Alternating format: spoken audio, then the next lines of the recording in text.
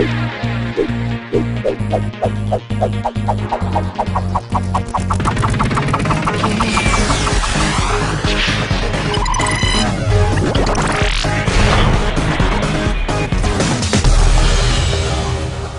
history in the making as the founding member schools, TIP, TUA, CEU, and Don Bosco kickstart the first ever National Collegiate Basketball League. It's what basketball is supposed to be. Again, I think it's been too tainted, been too commercialized. Well, hopefully this, again, it's with its billing, the alternative league, hopefully it's just that. It takes away everything that it's not supposed to be there in terms of basketball. So all the right values, putting it again back into the league. And this would be the first league, I hope, that would take care of the participating schools. It's not really just a showcase, but it's really a developmental program for the participating schools. The philosophy behind it is that we would like to have an alternative basketball league where other schools who would like to have a chance to have a fair and game and equal level field of playing will be able to participate and join this kind of league. What sets this league apart from the others is its utmost priority of the core values, sportsmanship, and character development of its young players. Even before I got to TIP, I had that.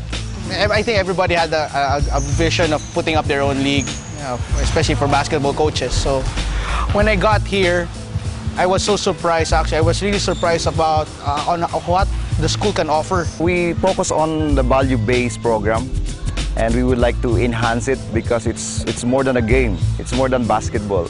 We believe that education is one of the best things that the athletes should focus also, because you will never be forever a basketball player, and not all can make it to the PBA or D-League.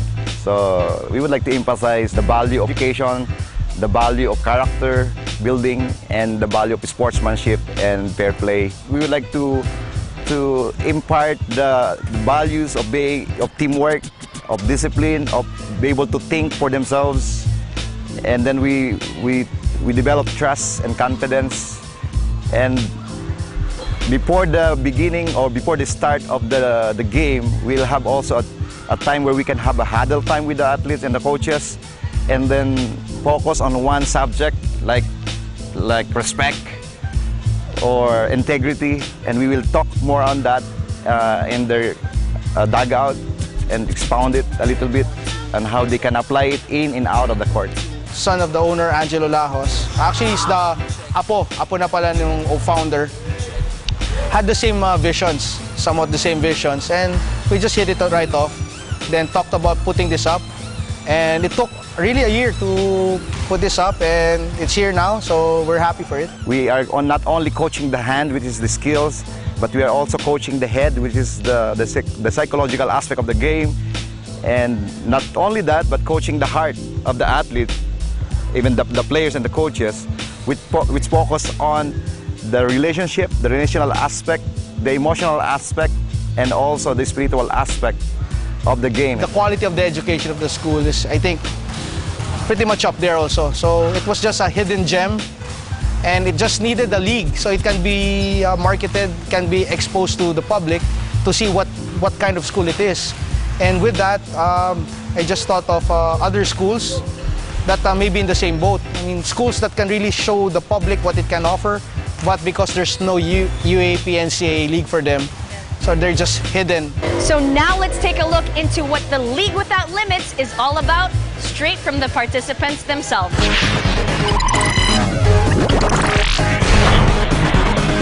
Yung team namin is composed of young players kasi rules of our mother league na ASCO is 23 below, and that's only the disadvantage of my teams right now kasi medyo mga bata yung players namin. Right now, we don't know what to face, no?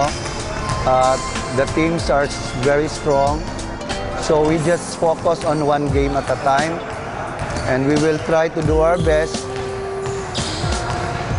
to be on the top. Yung strength namin, syempre, depensa kasi we were built as a defensive team. Saka talagang pukpukan yung yung laro namin eh. Talagang takbuhan, lahat physical. Kasi yun yung ganun kami ginawa ng coach namin. Yung iba experience na, yung iba bago pa lang pero naaayos naman yung sama namin dahil sa mga coach. Nandiyan naman, para nagtutulungan naman kami para maging much better pa yung team namin. Galing kami sa champion ng MNCAA, but it was a different team kasi halo-halo eh. Then, at least, nagkasama-sama na rin itong team because this team will be for the ASCO next season. Sumasali rin kami sa D-League. So, in that part, I got 6 players that are more experienced than the other one. Pero, hindi rin magmamatay yon kasi we're 23 below compare on the age bracket of the other teams na naging 25 below. As a leader, talagang ako yung nag-i-start sa practice, ako yung nauuna sa mga drills. Tsaka minomotivate ko sila vocally. Talagang pinupush ko sila. Basta maglaro lang kami, yung defense namin, tsaka mabuild yung team namin para sa susunod na mga liga, ma-achieve namin yung goal namin. Weakness naman, wala naman siguro. Pero yung ang pinakayaw lang namin yung magkawatak-watak kami sa loob ng court. Kung we share the ball, kung ano yung takbo lang kasi kami ng takbo. As much as possible, sinishare namin yung ball sa isa't isa. Give and go, yun lang. Mostly we go for running offense, running game, and we try to move the ball around everybody. This is a good league, and for the building character and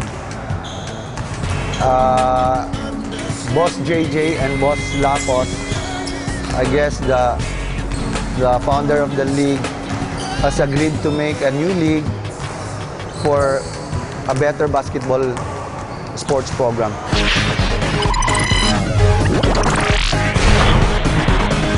We produce engineers, and our background is we're a Catholic school, and we're all over the Philippines and abroad. Most of my players are rookies. Like 80% of my players are rookies, and basically my team is a small team. Let's start sa weaknesses. Weakness namin is we're a small team. And then we're a young team at that. Yung strength naman namin, sa tingin ko yung strength namin is speed. Speed, and we have a lot of shooters. So we compensate our game dun sa mga kalaban namin na mas malalaki sa amin, and we compensate with our game with speed and shooting. Nag-uusap kami sa team, ano ba yung dapat gawin namin for the training. Kung paano namin sisimulan hanggang katapusan. Yun yung pinag-uusapan namin. During practice and game, gumagawa ako ng time para makausap sila kasi isa ako sa mga vocal na athlete dito sa Don Bosco. So, okay naman dahil nakikinig sila sa akin. Pag may mga problem sila, especially sa studies nila and sa plays, nag-approach sila sa akin and andun naman ako para i-guide sila. Teamwork kasi mostly pagka kami naglaro na sa loob ng court, mas nag-aano kami sa play namin hindi yung one-on-one lang. It is a challenge for our team and my coaching staff because nakita ko yung ibang teams, pag tinignan mo, we're only the collegiate team, talagang collegiate team dito. All our players they're not, I don't have players playing in the D-League. I don't have players na naglalaro ng mga commercial league. So, it is a challenge, but every time naman na may sasalihan kami league, we always take it a challenge na manalo every time we go to a game. Palagi kaming sama-sama. Siyempre, team nyo, no? So yung activities na ginagawa namin doon is mostly outside of the court para mas makilala namin yung bawat isa. So ang nag-ano kami sa swimming pool or outside of the school activities. Siyempre, una, magdadasal muna tayo. At saka, siyempre, practice natin. Dapat all out tayo. Hindi tayo yung iniisip natin na, may game pa naman, magre-relax ako. Kung ano yung ginagawa namin sa practice, ganun din yung ginagawa namin sa game. Our offense basically runs in transition. So transition offense and then transition defense. Bata pa kami.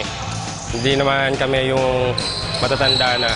So, merong mga mahirap kausapin. Pero syempre, as a captain ball, no, I have to gain the respect. So, kinakausap ko sila one-on-one. Kung gusto talaga nilang maging ako yung captain ball nila, sana ibigay nila yung respeto sa akin. So, yun yung pinaka sinasabi ko sa kanila. Grey Wolves, we always play hard. Every time we step on the court, we always defend our home court. And then we don't go home yung talagang na disappointed every time kahit na natatalo kami. As long as we give our 100% sa game. Gusto lang namin is ma-prove namin na kaya namin sumabay sa ibang collegiate teams, lalong-lalo na sa TIP, CEU, tsaka Trinity. We don't have a league right now because we pulled out of the other league. So we were looking for a league na for preparation sa NCAA South because our main league is sa August pa yun. So this is a very good league for us. At least we can prepare for the main league. And then one thing more is we want to play in a league na sa Metro Manila naka-base. NCAA South, it is based in the South. So kami lang yung every time na maglalaro kami is we go all the way sa South. Parang road games lahat ng games namin doon.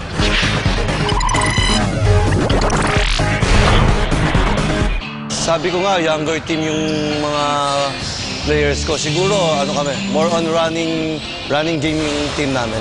Start pa lang sa practice, sinasabihan ko sila na mag-guard kami, gawin namin ang tama lahat ng sinasabi ni Coach. Sundin lang namin para yung team namin meron marating. Okay naman yung mga players namin, like sa mga attitude naman wise, wala naman kami problema.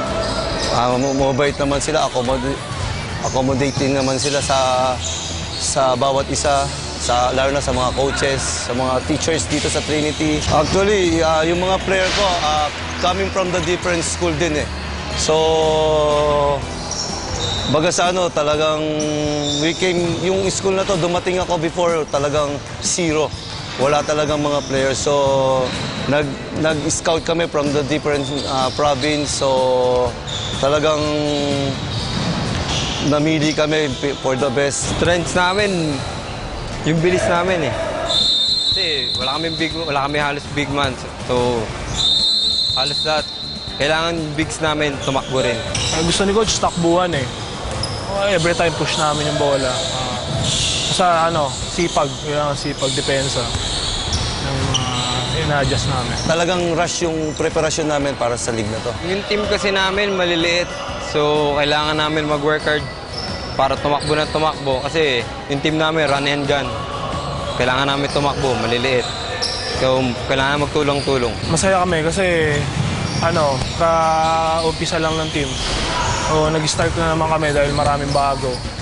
Kaya, grabe yung paghahanda na ginagawa namin. Sobrang gusto namin makuha tong liga na. Nakita ng presidente namin sa NCBL na potential league to. Pwede natin itapat sa NC, sa UAP. Siguro, in due time, baka sakali makatapat din tayo sa kanila. Na, take time lang siguro tayo.